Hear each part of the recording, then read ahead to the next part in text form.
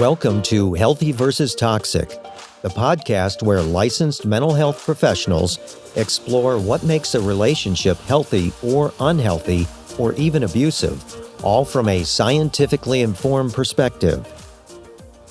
Hello, this is Dr. Grande. Today's question is, how can one tell the difference between a psychopath and a narcissist? So this is kind of a complex question because these constructs are complex. So I'm going to start by defining both of the terms. So when we use the term psychopath, we're talking about someone who has trait psychopathy. And when we use the term narcissist, we're talking about someone who has trait narcissism.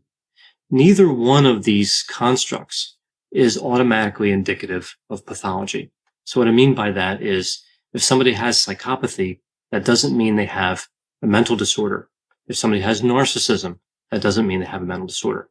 Mental disorders are classifications we see in places like the Diagnostic and Statistical Manual, the DSM, but they don't necessarily relate to traits, like certain traits that cluster together that we would call psychopathy or we would call narcissism.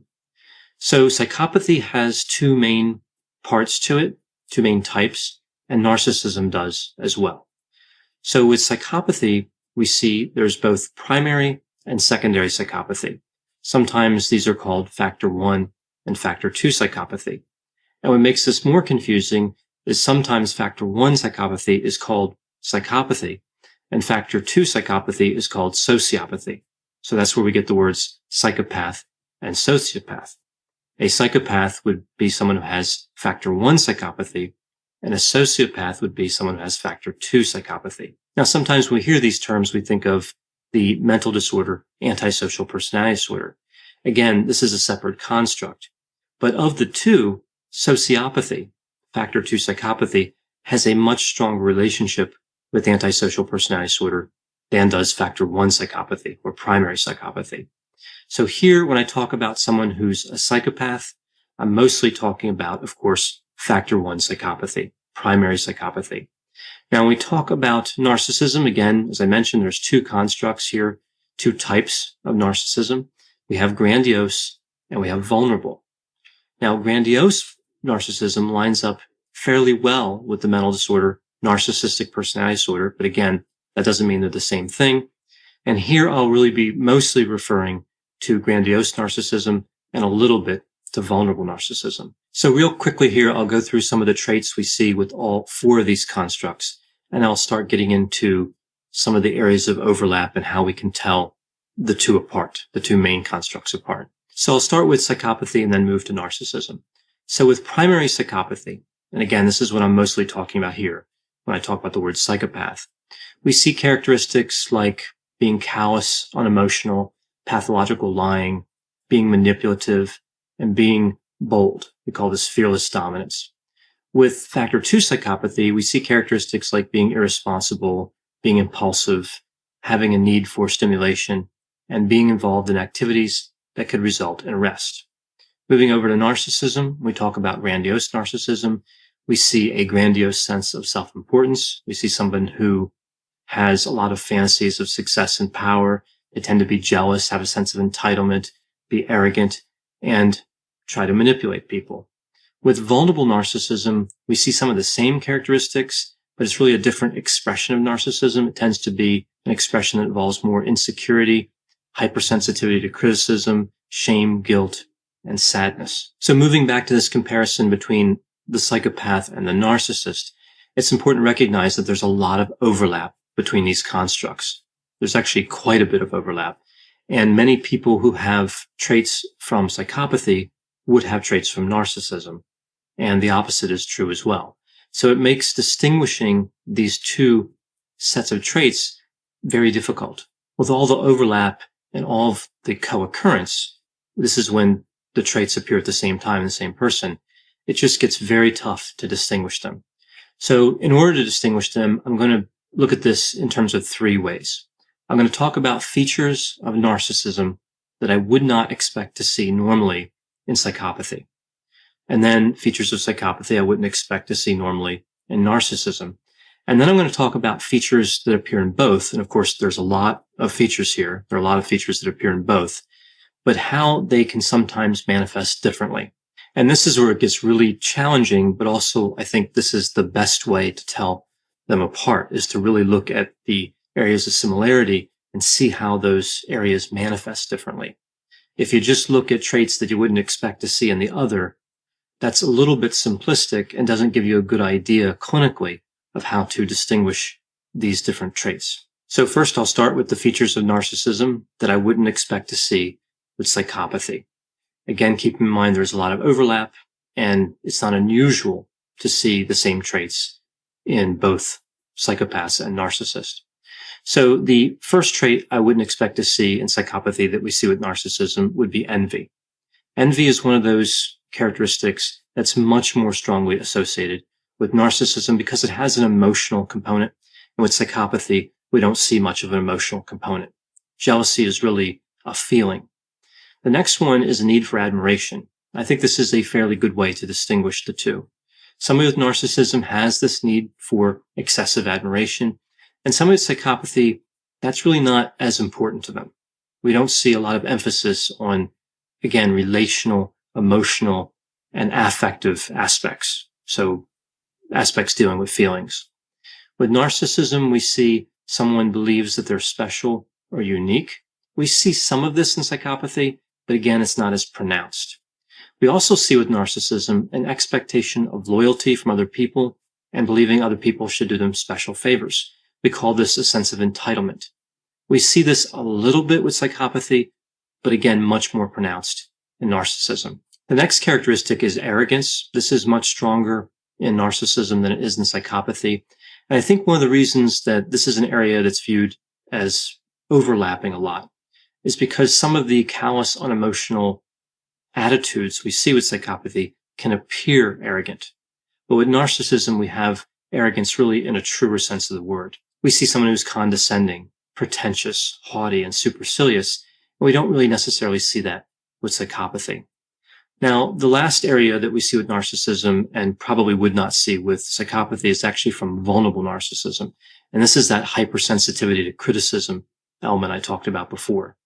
Individuals who have vulnerable narcissism or covert narcissism, as opposed to grandiose or overt, tend to be hypersensitive. They tend not to like criticism. Somebody who's psychopathic doesn't usually worry too much about criticism. That's not a factor that really hits them hard typically. Again, it's relational and emotional, and that's not an area where they're really paying a lot of attention normally. Now, in talking about the features of psychopathy that I wouldn't expect to see in narcissism, the first one would be not being sensitive to punishment. Individuals who are psychopathic are not sensitive to punishment. That doesn't mean that punishment won't deter them from some criminal acts or some bad acts. But in general, we view that they're very resistant to worrying about punishment. So that is a trait that more or less facilitates criminal activity. And with narcissism, we see that people are aware of punishment and generally want to avoid punishment. The next feature of psychopathy would be low neuroticism or low negative emotions. So not being depressed and not being anxious and not having other negative emotions. This is somebody who also doesn't panic very easily, low neuroticism. Now, with narcissism, we don't see that. We usually see mid-range neuroticism and even high neuroticism. So this is an area that distinguishes the two, I think, fairly reliably. The next area here is being unemotional. And this includes unemotional decision-making. We see this with psychopathy. We don't really see this with narcissism. Sometimes people look at a narcissist and say that they're unemotional, but emotions are part of the narcissistic personality profile. They're not really part of psychopathy. Another area is lack of guilt. We tend to see this with psychopathy, not as much with narcissism. And again, I think this gets confused with lack of empathy. So people will say, well, a narcissist, they don't have guilt because they lack empathy. Guilt is a different construct. So we do actually see a fair amount of guilt with narcissism. Again, very little with psychopathy. And the last area here that I'd expect to see with psychopathy, but not with narcissism, would be this ability to be cold and calculating. Now, again, there's overlap. So we do see this characteristic with both traits, but it's much stronger with psychopathy, especially when we consider psychopaths who commit serious criminal acts. they're really quite cold and calculating and can harm people without really having much of an emotional response, I would not normally expect to see that with just straight narcissism. So that brings me to the last area to distinguish psychopaths from narcissists, and that would be features that appear in both but manifest differently. So if we look at some of the overlap areas, I'm going to go through and talk about them and just how they might appear a little bit differently from one trait to the other. And sometimes the differences are really quite subtle. Now, the first one is grandiosity. We see grandiosity in both psychopathy and narcissism, but really it's a combination of factors. It's the first symptom criterion in narcissistic personality disorder, but I view it as really a composite of other symptom criteria. So grandiosity can be a bit murky, but I generally think we see more grandiosity with narcissism and more facets of grandiosity, more of an expression of entitlement and envy and requiring excessive admiration, which I all think kind of feed into that grandiosity. That's, in my opinion, more pronounced with narcissism. Now, the next area is fantasies of success, wealth, power. So some people say, well, this is really something that's unique to narcissism, and it doesn't really have a large role in psychopathy. But I disagree. I think that actually fantasies of power and success are something we see with both psychopaths and narcissists. So to illustrate this difference in how fantasies are expressed, I'm going to use an example based on an old movie. So this old movie that came out in 1980 called Airplane. And the title is Airplane with an exclamation mark. So you don't see many titles of movies that have exclamation marks. Now, I thought it was a pretty funny movie, arguably one of the most humorous movies, certainly of the time. And the basic plot of the movie was that there was this airliner and the pilots became incapacitated, and one of the passengers had to attempt to land the plane. So consider this as the start of a fantasy. So you have somebody who's psychopathic and somebody who's narcissistic, and you give them that setup, the setup from the movie Airplane. And you say, look, the pilots have become incapacitated, and you're called upon now to attempt to land the plane. And they have a fantasy. They each have a fantasy about how this would turn out. Now, they wouldn't necessarily tell you that fantasy, but let's pretend that you would know what it is, that you could somehow read their minds and you could know what the fantasy was and how it played out. So with narcissism, I think the fantasy would be fairly pro-social. I think in the narcissistic fantasy, the passenger, the narcissist, would go into the cockpit. They would take control of the plane very confidently. They would communicate in kind of a condescending way with the tower, suggesting that there's more difficulties with the airplane than the tower is recognizing, and it's more of a challenge than the tower is really saying it is, kind of setting up an antagonistic relationship with the people in the tower. And again, noticing or pretending that the plane is also damaged in some way. So not just that they have to land the plane, which would be hard enough, but there's this extra hurdle that they're really doing something incredibly extraordinary instead of just extraordinary. And I think most of the time their fantasy would conclude with them successfully landing the plane under tough conditions, under conditions where they had to do something different than what they were instructed to do, which makes them kind of more of a hero because they recognize something that, again, the people in the tower couldn't see. And they save the lives of all the passengers. And of course, the pilots get medical attention and they're okay. So I think with narcissism, the outcome would be, the fantasy would be, again, very pro-social, and everybody was fine. It was a good outcome, and they overcame something really amazing to have that outcome. And the reason that I think this fantasy is more consistent with narcissism is because it really feeds into the narcissistic mentality. They're going to get a lot of admiration. They're going to be thought of as special or unique. They're probably going to be able to feed that sense of entitlement because people will want to interview them. People will want to pay them to endorse products. All kinds of good things would probably happen to somebody who could be so heroic. Now, what about the psychopath? What about somebody who has psychopathic tendencies? Well, I think there's a few different directions that this scenario could go. I think one scenario could be, and again, this is a fantasy, so it's going to break from reality quite a bit. I think one fantasy could be that the psychopath takes all the money and all the jewelry from the passengers and exits the plane, and the plane crashes. So they get all the money, and there's really no witnesses of what happened. Now, again, I know it's not really feasible to jump out of a commercial jetliner, but I think that would be something that could be part of a psychopathic fantasy. I think another fantasy, though, could be that they go into the cockpit and they take control of the plane. They don't have any other problems they invent. They're very calculating. They move through all the steps. They land the plane successfully, and they're thinking the whole time about how they're going to be rewarded, how they're going to get money, not so much fame, but money, and maybe even people having some sort of romantic interest in them.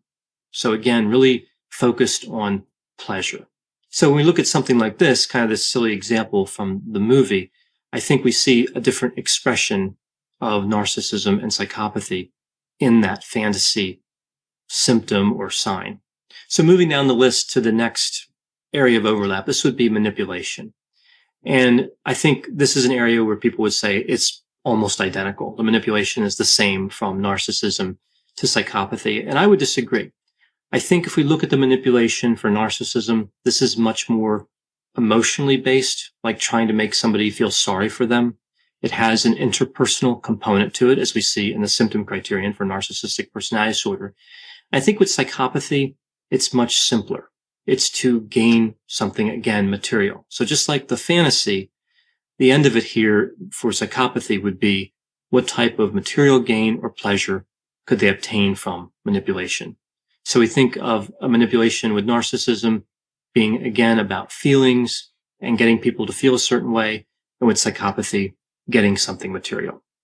The next area would be a lack of empathy. And this is one area where I do think the expressions of lack of empathy or callousness are very similar from a narcissist over to a psychopath. I don't really see many major differences. There are some subtle differences, but essentially I view these as similar. Both narcissists and psychopaths have a capacity for empathy, but both don't use it because they rank empathy as not important. They rank other people's feelings as not important. So again, mostly the same. The same thing I'd say for superficial charm. The expressions are similar from narcissists to psychopaths. Now, how about dominance, fearless dominance, or social dominance? Well, I think this is really the key difference. I think for narcissism, it is social dominance. It's coming into a situation like a meeting at a workplace and trying to take charge socially, not physically, not really trying to harm anybody. But with psychopaths, it would be more of a fearless dominance. It would include potentially a willingness to be involved in a physical confrontation. So if someone's purely narcissistic and they try to be dominant and they're confronted, in many cases, they would back down. Not always, because again, there's a lot of overlap between narcissism and psychopathy. But in many cases, the general tendency would be to back down. They're only looking to be socially dominant. If the same challenge was made to somebody who is primarily psychopathic, a lot of times they would engage. They would engage in aggression. So the fearless dominance there isn't really hiding some other emotion. They really are willing to follow through and attempt to be dominant. Now, the last area I'll cover here, features that appear in both but manifest differently, will be pathological lying. And I think this really follows the same theme that I've used for all these other characteristics. With narcissism, the point of the pathological lying is to inflate someone's ego. The lies are unnecessary in terms of material gain.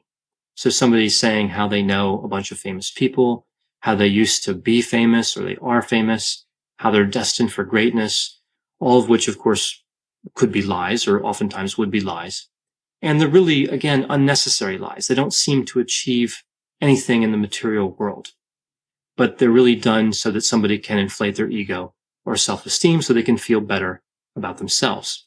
Again, with narcissists, we think they're trying to protect a fragile sense of self, and pathological lying can help do that. With psychopathy, there is no fragile sense of self. At least that's not how we usually conceptualize it. So the lying is for a clear material purpose. It's to get something they desire, they want, they need, or some type of pleasure, like material gain, or, as I mentioned, like romantic interest or attraction. So it's really, I think, very easy to define in a concrete way with psychopathy. The goal is clear. And with narcissism, it has more to do with their psyche, with their ego. So those are just some ideas, some potential ways that in certain circumstances might help to differentiate psychopaths from narcissists. Of course, the only way to really have a solid idea is to go to a licensed and qualified counselor. And they really have the training that helps them to distinguish these complex personality traits, especially when you consider co-occurrences and comorbidity. So co-occurrences with other personality traits and comorbidity with other disorders. It can become extremely complicated very quickly.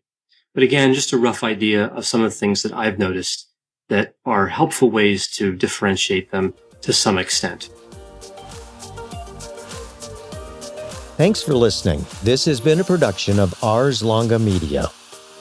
The executive producer is Dr. Patrick Beeman. For more content, please visit our website at arslonga.media. To leave feedback or suggestions, send an email to info@arslonga.media. To find more content from Dr. Grande, including a link to his YouTube channel and his other Ars Longa podcasts, visit our website at arslonga.media. This podcast is intended for informational purposes only and should not be construed as medical or mental health advice. Ars Longa, Vita Brevis.